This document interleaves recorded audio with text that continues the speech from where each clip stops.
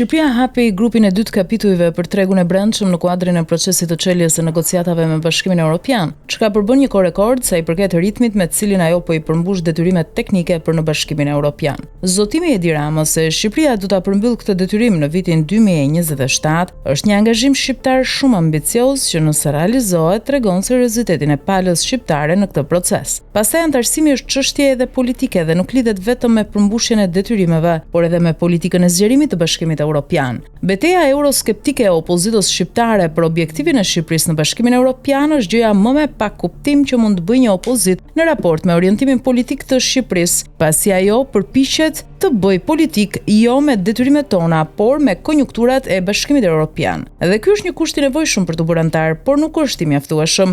Detyrimi i Shqipërisë për të antarësuar në BE përfundon me përmbushjen e negociatave dhe hapjen e gjithë kapitujve që do të negociohen. Detyrimi i Bashkimit Evropian për të na bërë vend antar natyrisht nuk varet vetëm nga ky kusht i nevojshëm. Është e vërtetë që erat e reja sovraniste që po fryjnë në Europë mund të atrondisin këtë proces dhe mund të stopojnë zgjerimin në Ballkan, po aq sa edhe mund të bëhen shkak që ai të ndodhë. Një e tillë është kriza e Ukrainës me Rusinë. Nëse negociatat përfundojnë në disfavor të Ukrainës duke mbajtur Rusia tokat e pushtuara dhe nëse si kompensim Ukrainës i jepet antarësimi në Bashkimin Evropian, atëherë nuk ka se si mund të mos pranohet së paku Shqipëria dhe Malizi.